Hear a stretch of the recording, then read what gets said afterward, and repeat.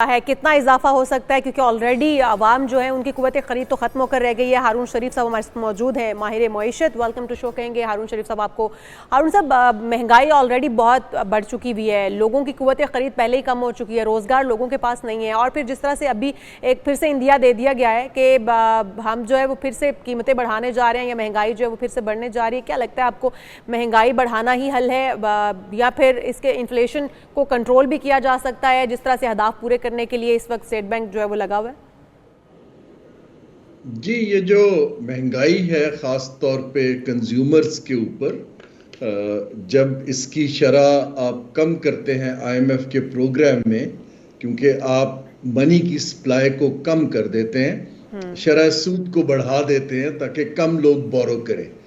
अब जब महंगाई की उससे शरह नीचे आनी शुरू होती है तो आपने देखा कि पिछले कुछ महीनों में शरह सूद को हमने फिर से बहुत कम कर दिया, पुरानी शरह की निस्बत से 20% से 10% पर आ गई। जब शरह सूद नीचे जाती है तो लोग, कंपनियां और हुकूमत और लोग ज़्यादा बोरो करते हैं और फिर पैसा फिर से मार्केट में आना शुरू हो जाता है और वो कंजम्पशन में इस्तेमाल होता है। लोग अपनी चीज़ें खरीदते हैं, एसेट्स खरीदते हैं।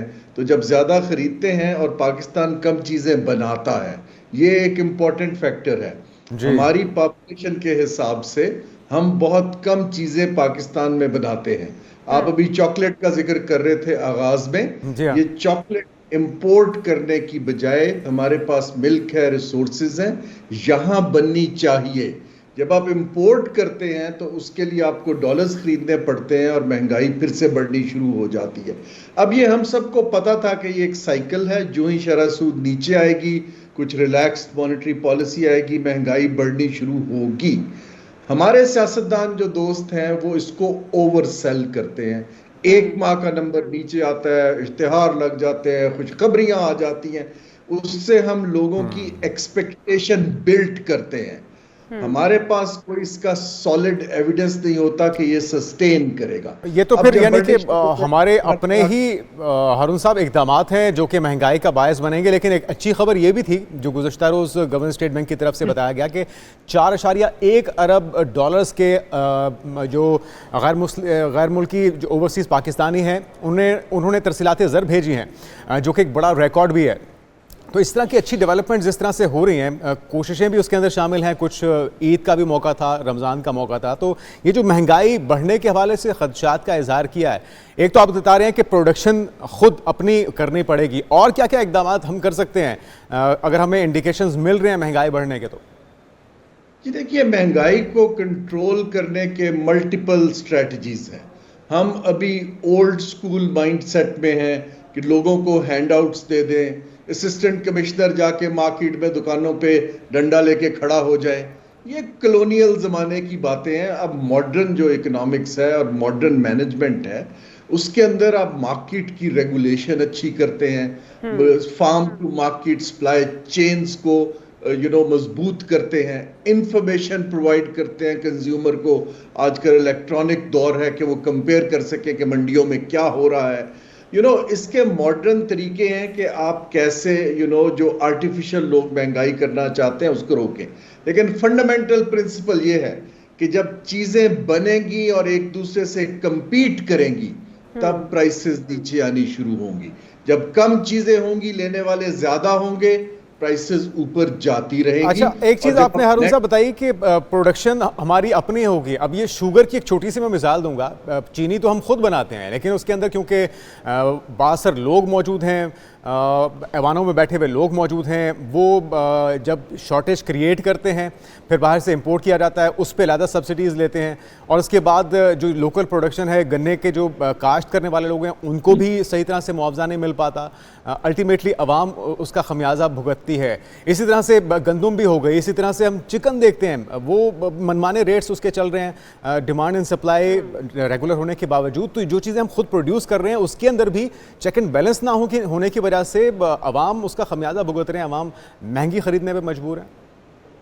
जी, मैं आपको ये एक्सप्लेन कर रहा हूँ ना कि देखिए, जब हुकूमत हर चीज में अपनी टांग अड़ाएगी ना तो उनको ये काम आता है, और जब इंटेंशन आपकी एक पर्टिकुलर एलीट को फायदा देने की होगी तो इसको हम एक्सट्रैक्शन कहते हैं। आप लोगों से पैसा एक्सट्रैक्ट करके एक तबके को ट्रांसफर करते हैं। इदारे जब इस तरह काम कर रहे होंगे, इसका डेलीगेशन हल है कि आप मार्केट बेस्ड इदारे बनाइए, प्राइवेट सेक्टर को टारगेट दीजिए और इंफॉर्मेशन भेजिए मार्केट में क्या हो रहा है। बहुत सी हमारी अच्छा हारून साहब, आपने जिस तरह से बात भी की कि हम एग्जैजरेट जो है हमारे हुक्मरान बहुत ज़्यादा कर देते हैं। पिछले दिनों में जब बिजली की कीमत में कमी वाक़ई हुई और 7 रुपए की कमी का इंदिया दिया गया तो बहुत बड़े बड़े बैनर्स लगा दिए गए और इसका वावेला इतना ज़्यादा किया गया, जो कि आप भी जानते हैं, हम सब भी जानते हैं कि जो 7 रुपए की बिजली की कमी की गई है वो ओवरऑल जो कमी थी पूरे साल के अंदर वो कंक्लूड करके और उसको जमा करके 7 रुपए की कमी बताया जा रहा है। अभी भी हम देख रहे हैं कि जिस तरह से महंगाई जो बढ़ने के दावे हैं वो हो रहे हैं, महंगाई ऑलरेडी बहुत है, ये किसी को नजर नहीं आ रहा। ग्राउंड रियलिटी भी अभी ये है कि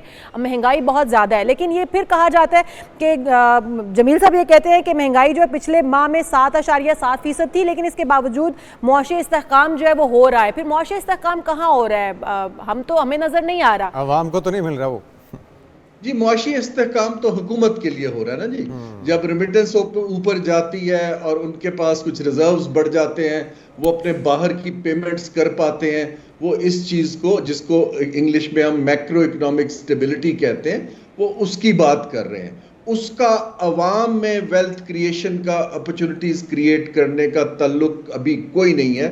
वो तब बनेगा जब आप रीडिस्ट्रीब्यूशन की और इंसेंटिव्स क्रिएट करेंगे कि लोगों के लिए। अभी तो 2.5% ग्रोथ हमारी प्रोजेक्टेड है, तो we got to be living in, not in denial.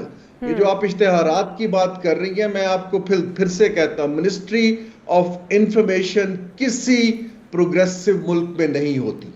इसको आप बंद करें, इंडिपेंडेंट लोगों को अपने आप को जज करने दें कि जी आप कैसा काम कर रहे हैं।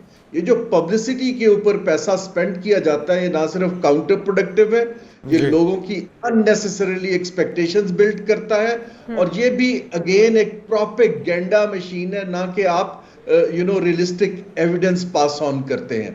It's really criminal, honestly speaking. बिल्कुल ठीक, बहुत शुक्रिया हारून रशीद साहब, आपने बड़ी अहम बात की है, अहम नुक्ता रेज किया है। हुकूमत अच्छे इकदाम को ओवर सेल नहीं करना चाहिए, उसका नुकसान भी अल्टीमेटली गवर्नमेंट को भी और आवाम को भी होता है महंगाई की सूरत में, और इसी के खदशे का इजहार गुज़श्ता रोज़ गवर्नर स्टेट बैंक की तरफ से कर भी दिया गया।